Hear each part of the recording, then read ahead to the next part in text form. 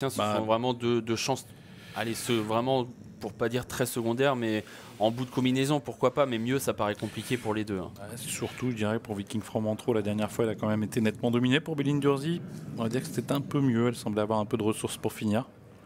Bon, mais on a des chevaux qui semblent assez sûrs, assez solides dans cette course, on verra, mais les favoris semblent tout de même des chevaux capables de remplir leur mission. Allez, sous les ordres. Et on va suivre Bebop au fort et Klingame, les deux favoris. Klingame qui va assurer, Bebop au fort également. Ce sont tous les deux les moins rapides à leur poteau, même si Vivien hésite et d'ailleurs est au galop. Vivien qui va perdre du temps. Klingame isolé a pris un départ correct, même si il n'a bien sûr pas été le plus rapide. Et pour Bebop au fort, c'est un peu la même chose. Ces deux-là, donc, qui sont toujours environ à 25 mètres l'un de l'autre. Et devant, on a une faute de Classe de Loriol. Classe de Loriol qui fait une grosse faute, qui est remise par Eric Raffin, qui a pu rétablir la situation. Avec le premier tournant, un cher ami, le numéro 3 qui a pris la tête et qui est suivi par Viking from Antro, Belindurzy qui est à la corde, Blues des Landiers qui est au centre. Classe de Loriol s'est positionné au 5e rang avec Balando juste derrière elle, alors que Vivien est toujours au galop et que Klingame, le grand favori pour l'instant, à l'arrière du peloton avec Caduceus Debo. On aborde le premier tournant. Blues des Landiers s'installe en tête. Un cher ami est en deuxième position. Viking from Antro troisième devant Belindurzy. On vient ensuite avec le numéro 6, Classe de Loriol. Bebop au fort, ami peloton et Klingame qui va suivre l'effort de Bebop au fort. Klingame qui s'est beaucoup rapproché de l'autre favori, Bebop au fort. Et on voit que Johan Le Bourgeois s'est retourné certainement pour voir justement où étaient les deux favoris qui sont en train de se rapprocher. Ouais, ils se rapprochent tous les deux en dehors. Bebop au fort, c'est la casaque blanche et juste derrière lui, c'est Klingame. Tous les deux qui vont tenter de revenir sur les premiers. Blues des Landiers qui anime toujours la course. Un cher ami qui est deuxième devant Viking from Antro, Belindurzy, Best Duty, Bebop au fort qui est venu 5e et encore plus en dehors Klingame qui va accélérer pour tenter peut-être d'éliminer Bebop au fort qui est au galop. Bebop au fort. Bebop au fort qui va disparaître. C'est fini pour Bebop au fort qui se retire de la course. Klingame lui est en train de progresser à sa main. Alexandre Brivard vient vraiment en progression sans brusquer Klingame qui se rapproche très bien désormais. Mais Blues des Landiers est toujours tête et corde. Un cher ami deuxième. Viking from Antro à la corde devant Belindurzy. Klingame tout près désormais devant Best Duty et Classe de Loriol. Blues des Landiers en tête au début de la ligne d'en face. Klingame qui progressivement revient avec toujours à la corde un cher ami Viking from Antro, Belindurzy, Classe de Loriol.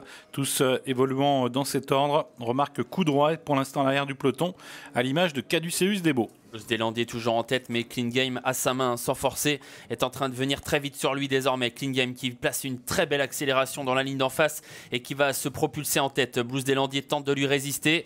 Un cher ami est toujours au contact en troisième position devant Best Duty. Klingame qui passe la surmultipliée pour aborder le tour de temps final et Blues des Landiers qui craque, qui est au galop.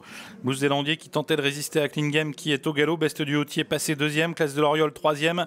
Balando s'annonce, coup droit tente également de venir avec Baya Keno. Dans son rythme, Klingame a pris quelques longueurs d'avance sur Best Duty avec Blues des Landiers qui tente de se relancer. Classe de Loriol qui est là, quatrième. Balando vient ensuite devant un cher ami. Avec bientôt la sortie du tournant final, avec Klingame qui a toujours nettement l'avantage. Best Duty qui est deuxième, suivi en dehors par Balando qui est lancé. Il refait beaucoup de terrain, Balando, et il va être menaçant, au moins pour les places.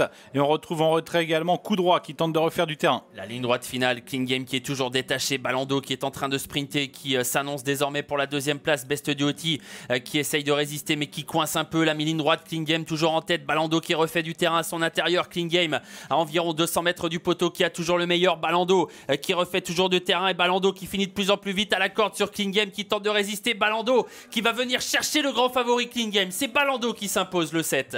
Klingame est deuxième. Viking from Antro troisième devant Blues des Landiers et coup droit qui sera cinquième. Et oui, le grand favori Klingame qui subit l'attaque dans les tout derniers mètres de course de Balando. Balando, le numéro 7 qui remporte donc cette cinquième étape du Grand National du Trot ici sur l'hippodrome du Croisé-la-Roche. Le 7 devant le 12, le 4, le 2 et le 16 pour l'arrivée chiffrée.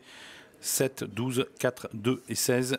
Et Balando donc qui ajuste Klingame dans les tout derniers mètres de course. Il a été vraiment économisé. Il a fini très fort sur Klingame qui, lui, à sa main, s'était détaché dans la ligne d'en face. Difficile à cet instant de penser que Klingame sera battu.